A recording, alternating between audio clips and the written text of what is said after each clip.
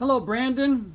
I'm going to test your carburetors again. I like to do multiple testings. I may not videotape all of them, but I've got about a half a dozen different testings on these carburetors. I want to just double check, make sure everything's fabulous on them, which it is, and also want to go over a few things just to make sure we're on the same page with your techs at the shop there.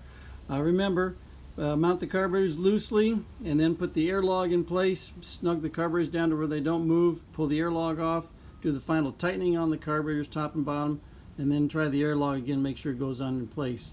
It slips on just fine.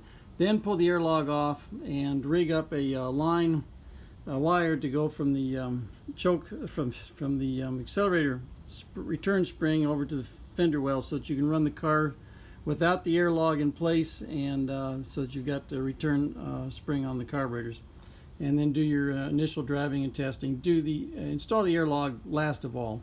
And let's see, I want to go over a few other things. I want to double check we understand each other on the little guy right down here. This little teeny screw right there. If that screw comes out, you don't have any cold start idle, high idle. And as I mentioned, when you operate your choke right here, it moves that little guy back there. You can see it moving ever so slightly.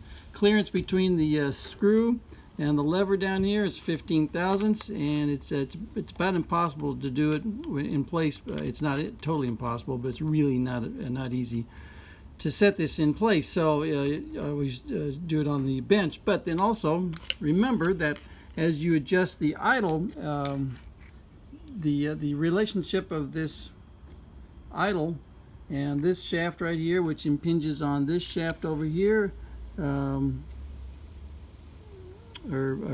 also well, I said that wrong.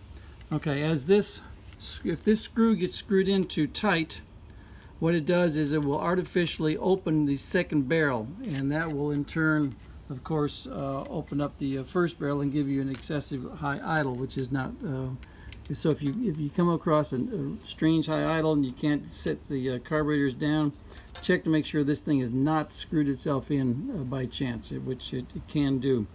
But as you adjust the idle, make sure that this thing does not change dramatically. And also remember, we've got our set screws back here for to force the second barrel closed once the throttle has been opened all the way. All four barrels have opened, and when you chop the throttle, the first barrel is connected to this bracket, and this bracket has a pin which then actuates the shaft and closes the shaft for the second barrel. And so you need to make sure you got minimal to no clearance right here on this counterweight. A little bit of wiggle is fine. Just like right here, you can see just a little bit of wiggle. Now then, the importance of not having this too far down is because if this screw is too far down and forcing the second barrel closed, once this is closed and you keep screwing this down, well, it's going to open up the first barrel artificially. So once again, you'll get the incorrect idle. And let's see, in terms of the idle, I'm going to use my analog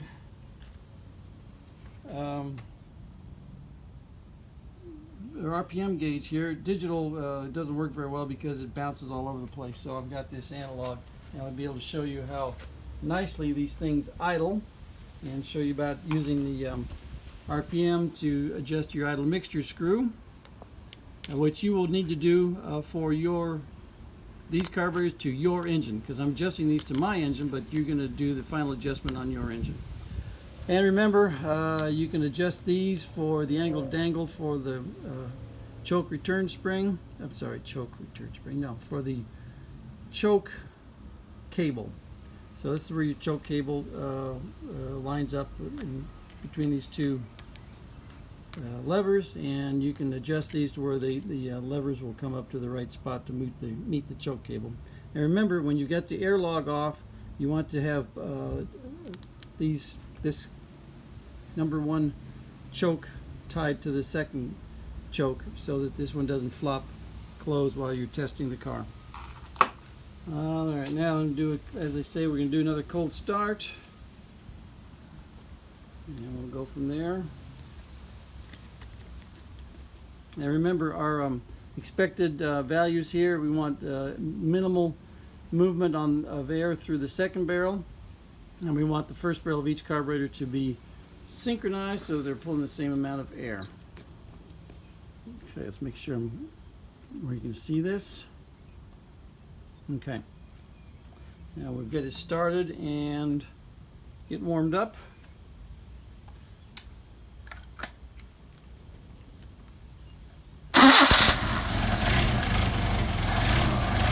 One thing to tell the customer, these carburetors and these vehicles work the best when you use them frequently. Letting it sit in a collection for 6 months and then expecting it to start up and run perfectly is not going to happen. So I would recommend using the car at least a couple times a month for about an hour. And always keep fresh fuel in it. Tell them after they drive the car to top off their tank with fresh fuel. No lead, no alcohol if possible, but if you have to use alcohol, fuel, that it will not harm the engine or the carburetor. They'll work fine with it. That's what I'm using is 10% ethanol here.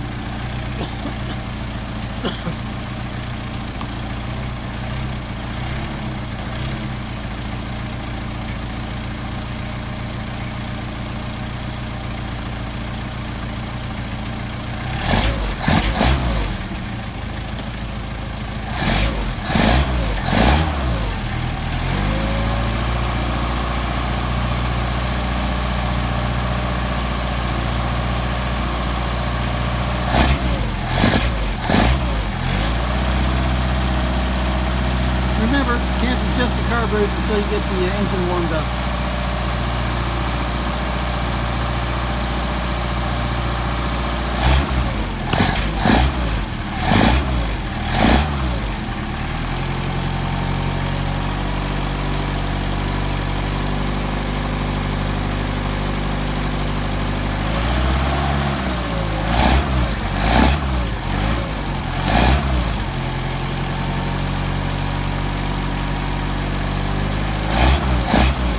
Alright, thermostat just opened up.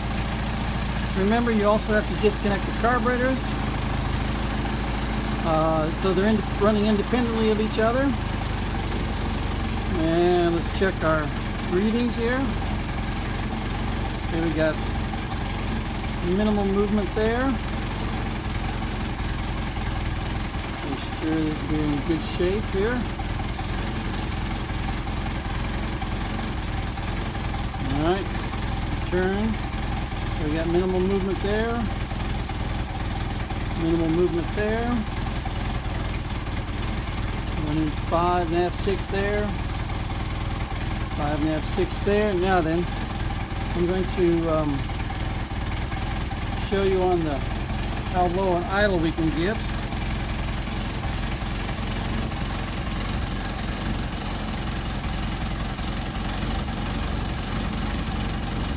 We're reading the we're on low RPM scale right here. So right now we're running 600.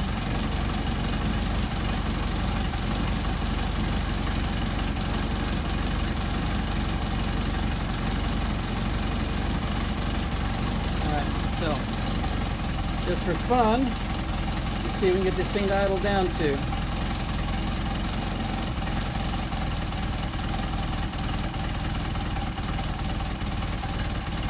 There's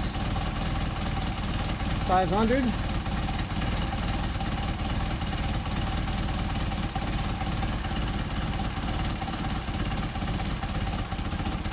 there's about 400 right there. Let's see if this will. And I got my linkage is not adjusted properly.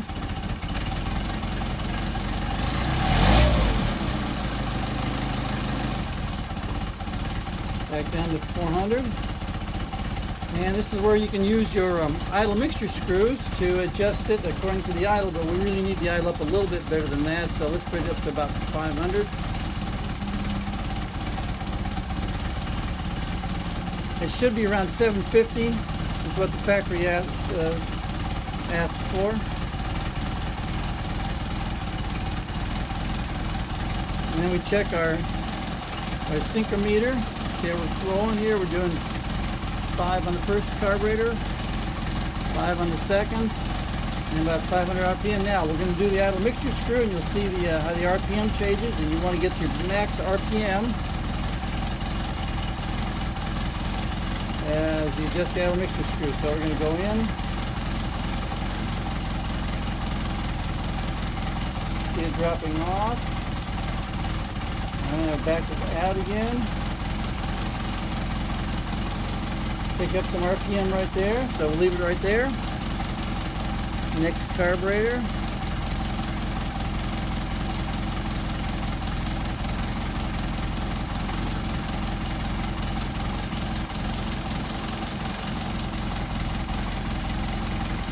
Screwing it in, now we're dropping off an RPM. Back it out till we get max RPM, best running RPM. We'll leave it there. See, we picked up about 25 to 50 RPM. Put my linkage back on. And I've got my linkage out of adjustment here. Switch to the high scale over here.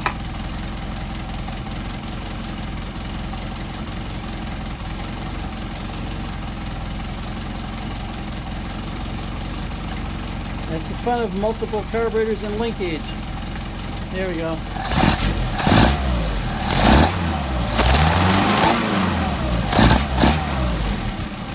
Alright.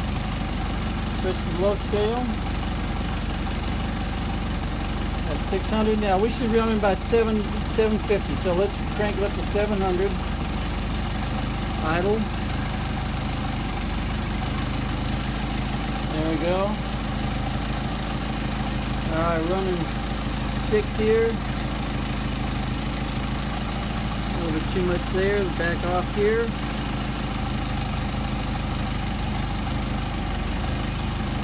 Alright, 6 there. 6 there. Alright, we got a good idle. Actually, sounds really good around 600. So 675. So let's run this back up.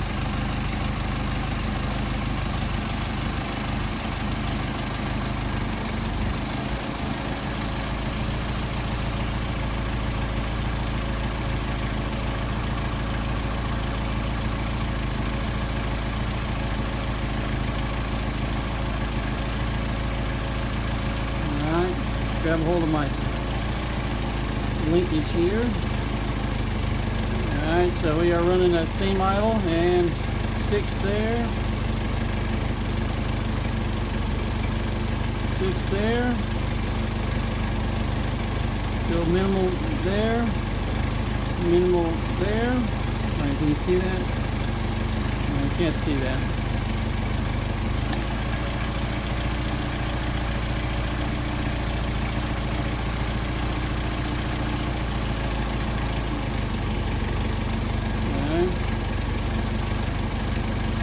Alright, 6 there. Minimal there. 6 there. Minimal. Alright. Put our linkage on.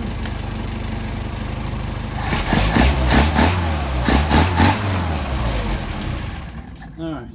Got some really nice carburetors for you. It's called a hot start.